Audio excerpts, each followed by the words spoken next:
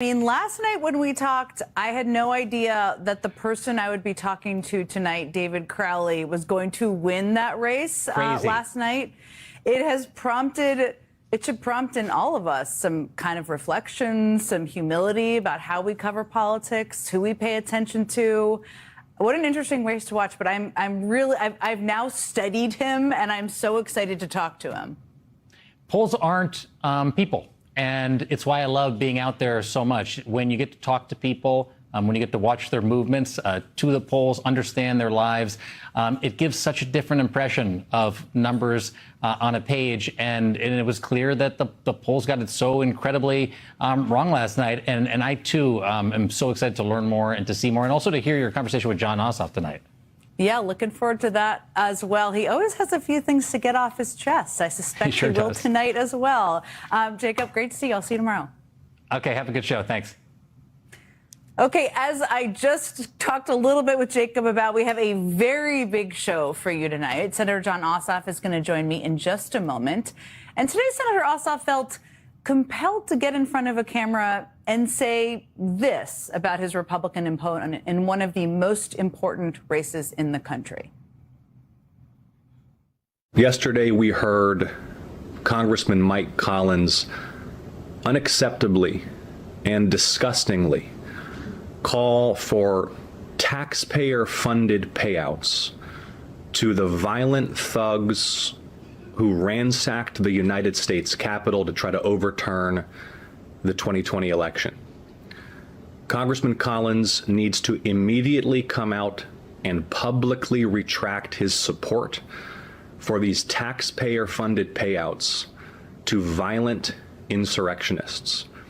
Furthermore, the congressman needs to publicly retract his false and disgraceful continued insistence that Donald Trump won the 2020 election, which Donald Trump lost decisively here in Georgia and across the country. Now, I'm going to tell you more about what that was all about in just a moment. I'm going to tell you exactly what Mike Collins said to deserve that blistering rebuke from Senator Ossoff. But it does show you what a bind Republican candidates are in right now. I mean, I don't feel so bad for them, but they are in a bit of a bind, forced to basically defend slush funds for insurrectionists and indulge Donald Trump's delusions about an election he lost 6 years ago. And wouldn't you know it, my other guest tonight is running against a full-blown election denier as well. The new Republican nominee for governor in Wisconsin, Tom Tiffany, voted to overturn Joe Biden's victory in 2 states as a member of Congress and still refuses to say Joe Biden won that election. Again, 6 years ago, still to this day. And honestly, have at it, fellas. Because as Republicans are forced to defend this failed lame duck president and his failed policies and the stories he tells himself at night about an election he lost, Democrats are gathering strength and energy and delivering actual messages about what they will do for the people they are asking to elect them. Which brings me to the guy who finds himself in the unexpected position of facing Tom Tiffany in November. Because later on this hour, I will be joined by Democratic candidate for Wisconsin Governor David Crowley after his stunning upset victory in last night's primary. This morning, he attended a unity breakfast along with his primary opponent, Francesca Hong. You can see them both. We tried to lighten them up there so you could see them and in the photo. And while there are a lot of hot takes out there about what his victory means, the newly minted Democratic candidate for governor had a lot to say about what he thinks his victory means. Over the past few months, you've heard a lot of people try to define this election as a battle between the left and the center, between progressives and the establishment, between insiders and outsiders. That narrative misses the entire point of what we're doing.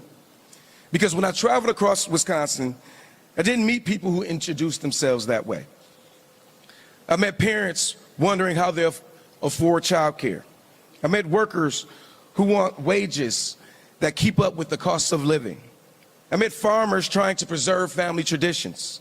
I met small business owners trying to keep their doors open, and I met seniors who deserve security and dignity after a lifetime of work.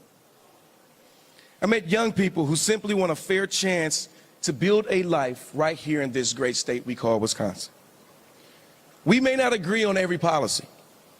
We may not use the same labels, but we all want safe communities, strong schools, affordable health care, good paying jobs, and a brighter future for all of our children. So that point about national narratives he made and what they missed is key here and important for all of us to listen to, myself included. I mean, Crowley's victory was a surprise to many after polls showed his Democratic Socialist opponent leading in this race by double digits, many polls. And after an upset victory like that, there's always a tendency to have a sweeping take about what one race means for the power of the progressives versus moderates, insiders versus outsiders. Believe me, I fall into this too. But it's also important to look at the whole picture of candidates winning. If anything, all of the results from last night's election proved once again that the Democratic Party is a big tent. On the same night that Wisconsin primary voters nominated Crowley over a Democratic Socialist for statewide office, Minnesota primary voters chose Peggy Flanagan to be their Senate nominee, who won her primary with ads like this one. We need Peggy Flanagan as our next senator. She'll fight for Medicare for all and paid family and medical leave, reject corporate PAC money, and always stand up to ICE, Trump, and his corruption. Peggy is going to stand up to the greed of the billionaire class. The next senator from Minnesota, Peggy Flanagan. She won her primary by 20 points. That was a huge sweeping victory for her. Now, contrast that ad with another ad released just yesterday by a different kind of Democrat running statewide, also in the Midwest. I trained as a marksman in the Marine Corps. Focus, discipline. I'm Bo Bai. I joined the Marines to fight for this country.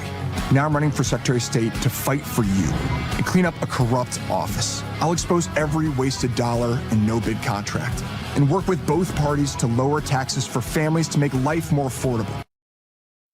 Now, you may relate more to Bo Bai, you may relate more to Peggy Flanagan, or like a little bit of both of them. But the point is the Democratic Party tent is big enough that everyone from Peggy Flanagan to David Crowley to Bo Bai to Jon Ossoff can all run very different races in different parts of the country, and some of them in the same parts of the country. That's an actual conclusion to draw from last night's election, just like it was an actual conclusion to draw from the night that Abigail Spanberger and Zohran Mamdani both won. Which brings me to another narrative I think is missing from coverage of these races right now, how quickly the Democratic Party can unify when it needs to. And as I mentioned before, the Wisconsin Democratic Party wasted no time in coming together for multiple unity events where primary rivals came together with a shared mission of defeating Republicans this November. It's similar to what we saw after last week's bitter primary in Michigan, where after an absolutely brutal primary campaign, the losing candidates, Haley Stevens, was quick to embrace the nominee Abdul El-Sayed. And vice versa. They embraced each other. Democrats have, for the most part, not let these primary competitions dampen their enthusiasm. If anything, these primaries have generated more Democratic enthusiasm than we've seen in a very long time.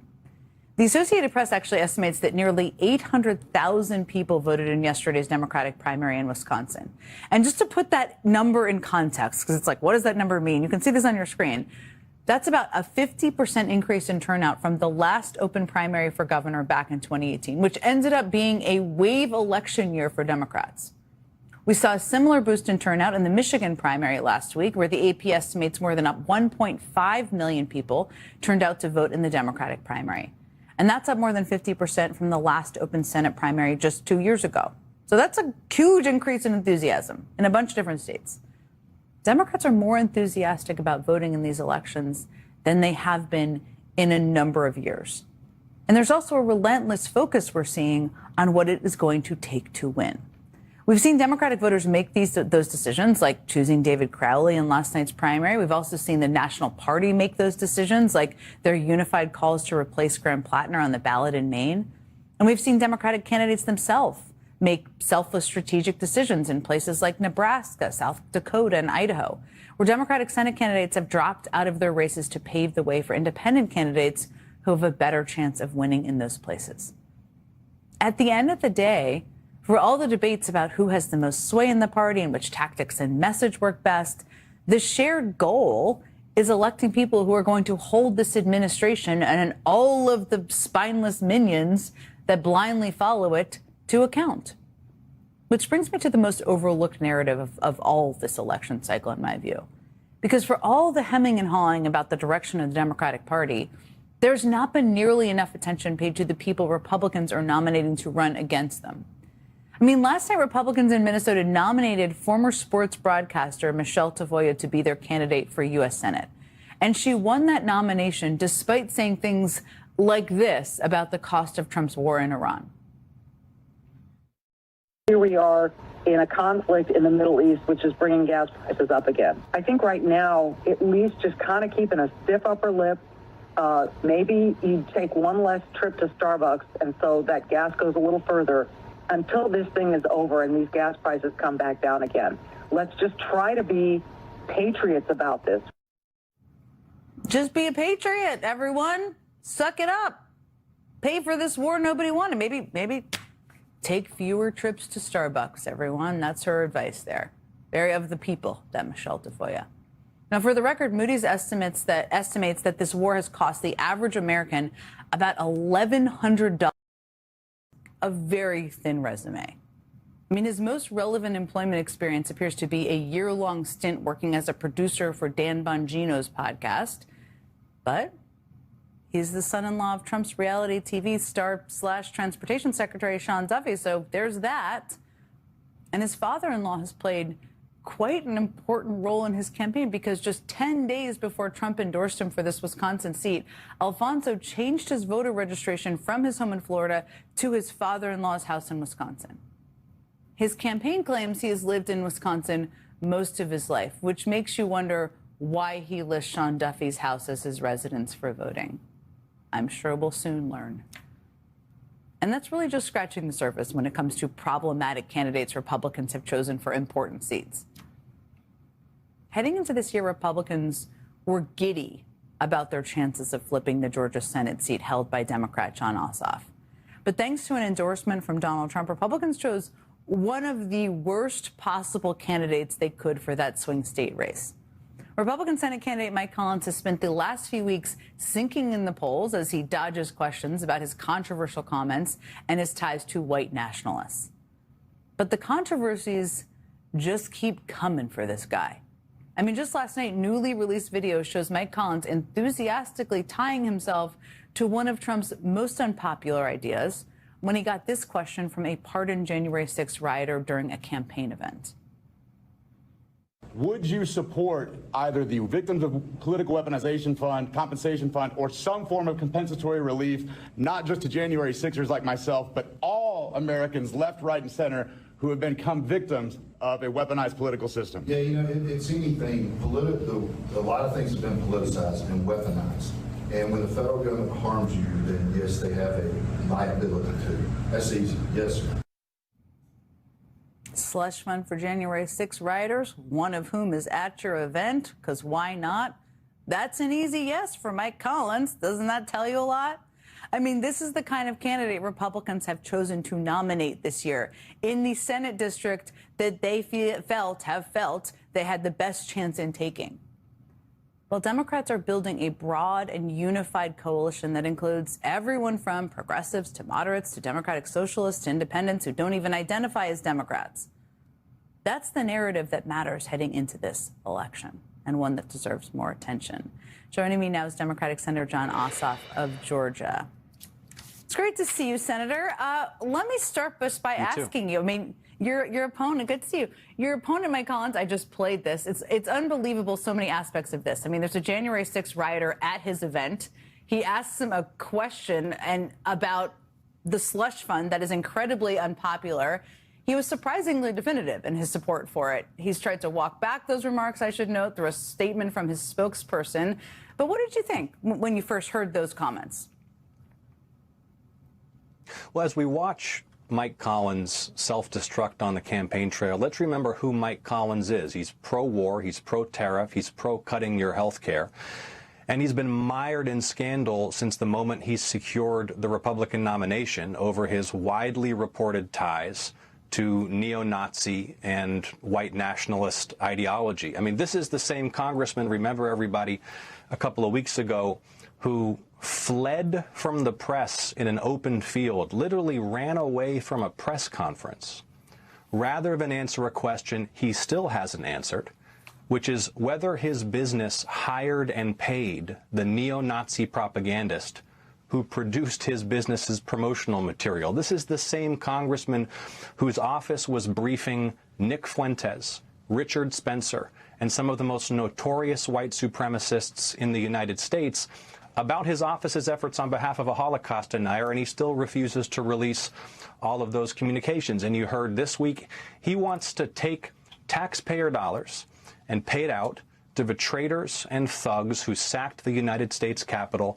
on January 6th. What he is saying to the people of Georgia is, after cutting their health care, throwing 300,000 of them off their health insurance, doubling health insurance premiums for more than 1 million Georgians, he's then going to take their tax dollars and pay it out to violent criminals. And Mike Collins needs to come out tomorrow. He needs to recant his support for taxpayer-funded payouts to January 6th insurrectionists. He needs to recant his support for Donald Trump's 2020 election denialism. And if you want to help me defeat this MAGA fanatic in Georgia, it's electjohn.com, electjon.com. One of the reasons, and you and I have talked about this before, that control of the Senate, seats like yours, is so important is because people like Collins are taking their cues or maybe their direct direction from what the Trump administration is saying and doing, and they want to keep Daddy Trump and everybody in the Trump administration happy. And his stance on these payouts seem to be driven by what Trump and his administration have been saying. I mean, today his new attorney general, Trump's that is, Todd Blanche, basically said the slush fund is dead, but that Donald Trump still wants people to get paid. Not sure how those two things can be true at the same time. I just want to play this for people who haven't seen it. I get that this is a super fun story to not let die, but I don't know what else to say except that yes, the president feels very strongly, as do I, that there were people who were victims of a Department of Justice that was absolutely weaponized, and he feels very strongly that he would want to make them whole, as do I, but it will not be through the anti-weaponization fund. Okay, I mean, there's a lot packed in there. A lot of people out there hate this slush fund. What do you make of what you just heard from him and what he just said? Two things. First of all, of course they're going to try to find another way to do this. The president already pardoned all the violent criminals who did that violence on his behalf. Remember, to try to seize the American presidency. He already pardoned them. And he's obviously dead set on finding a way to pay them. And whatever the Attorney General said at his confirmation hearing, however he may have technically evaded perjury, if indeed he did, I think it's pretty clear they're going to proceed to try to do this. And if Mike Collins wins this Senate seat in Georgia, remember, the path to the Senate majority, just as it did in 2020 and 2021, runs through Georgia. Our ability to impose accountability and checks and balances depends on the outcome here in Georgia. They're spending tens of millions of dollars against me. You saw the president sent his spies and his agents to seize ballots here in Georgia. We've got to defend voting rights here in Georgia. And so once again, folks, everybody out there, grab your phone, grab your computer. This is something you can do right now that makes a real difference in the fight for our republic. Go to electjohn.com. Help us get out the vote, defend voting rights, and do everything we need to do to defeat Mike Collins. One of the things you've talked about on the campaign trail in this campaign to defeat Mike Collins is this rampant level of corruption and the lack of accountability. And one of the things that struck me, this is new news over the last couple of days, is on the same day that he was sworn in, the Justice Department's Office of Legal Counsel published a 21-page opinion that expands Trump's executive privilege. It shields Trump's communications with private advisors. So essentially, for anybody who's tuning into this, it means people who are not employed by the federal government. It shields them. And this seems to me like a pretty clear attempt to basically create a wall around a mountain of potential evidence, make it protect the people that Trump and people who work for him may be striking deals with that we learn more about every day. What do you make of that opinion and kind of the impact it could have if unchecked? Yeah, they see the writing on the wall this fall. They see the rebuke that is coming, and they fear the accountability that will follow it.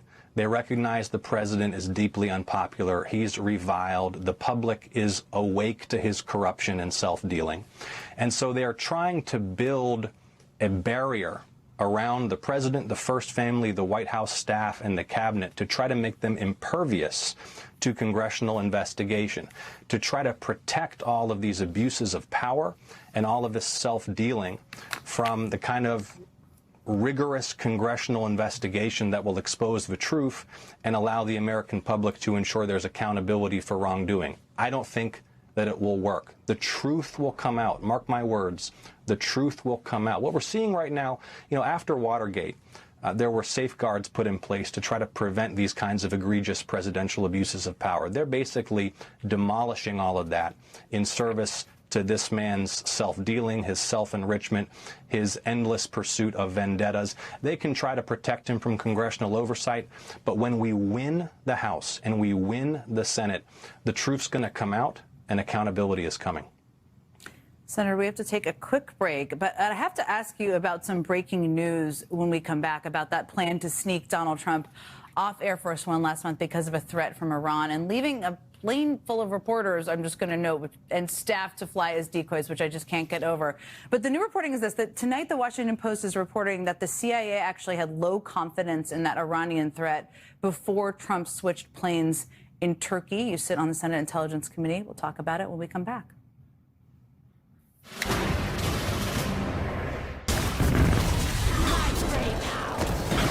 The minions have embarked. That's right.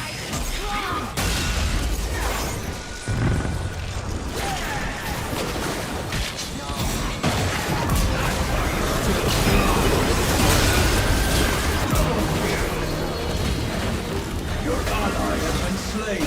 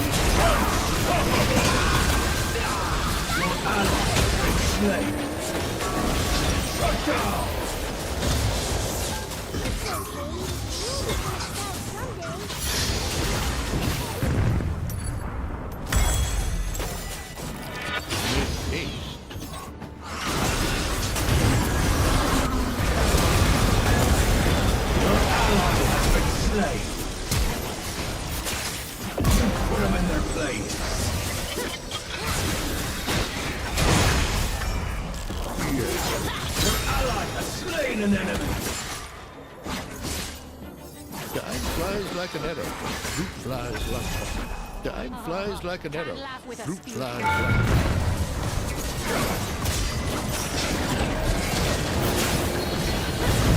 Your ally has been slain.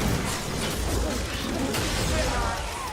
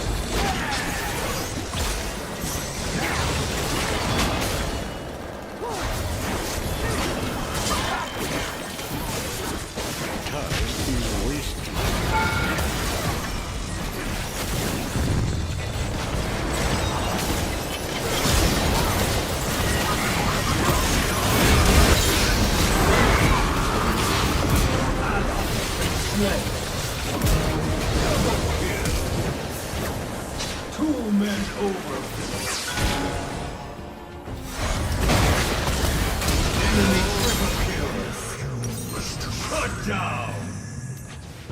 Your ally shut down an enemy!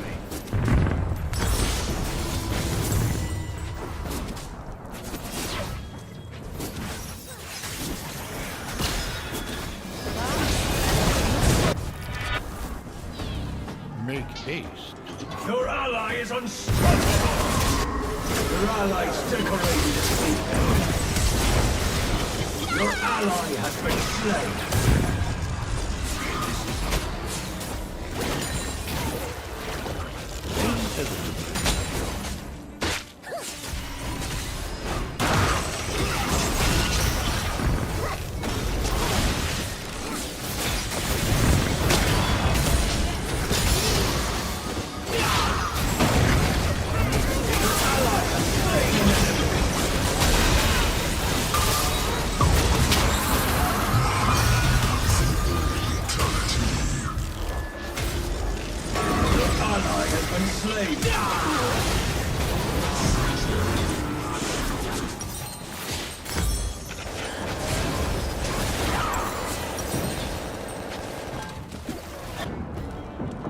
Your ally has slain an enemy!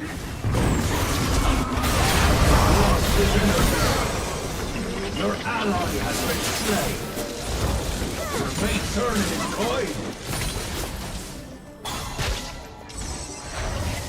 The way is always the same.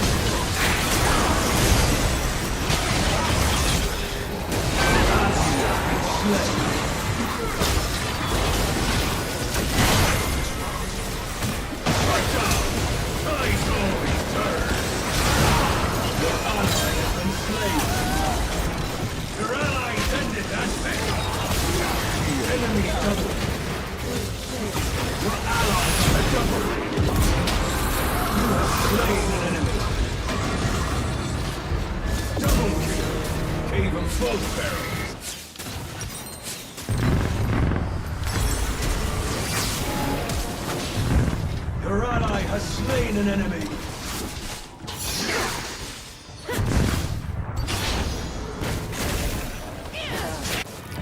Already there.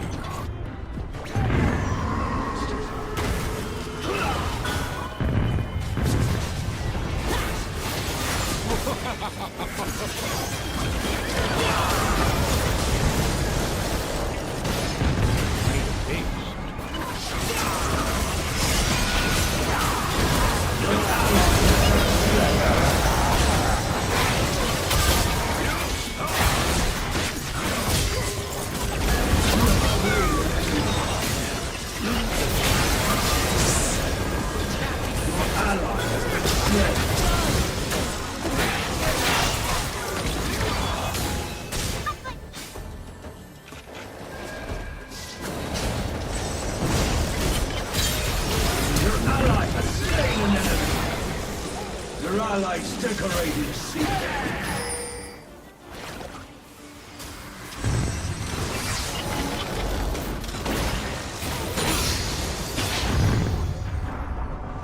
Time is wasted.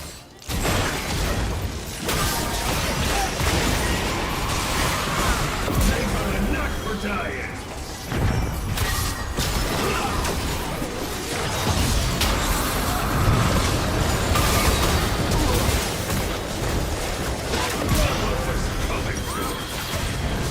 Enemy killing spree.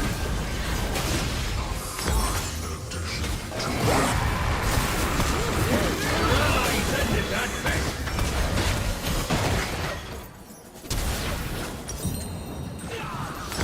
The enemies on our allies. Your allies shut down an enemy. All in good time.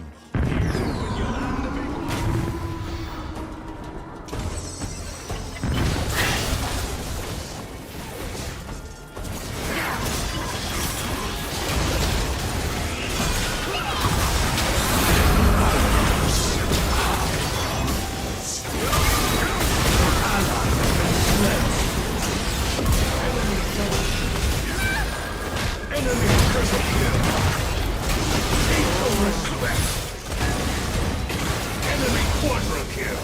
Let me see. Ace. They'll pay in flesh.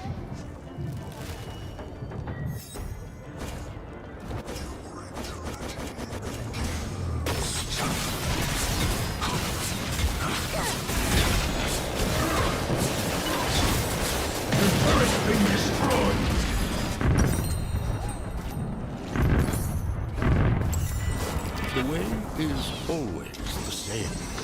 Keep an eye out for fishing holes. Why, scouts keep...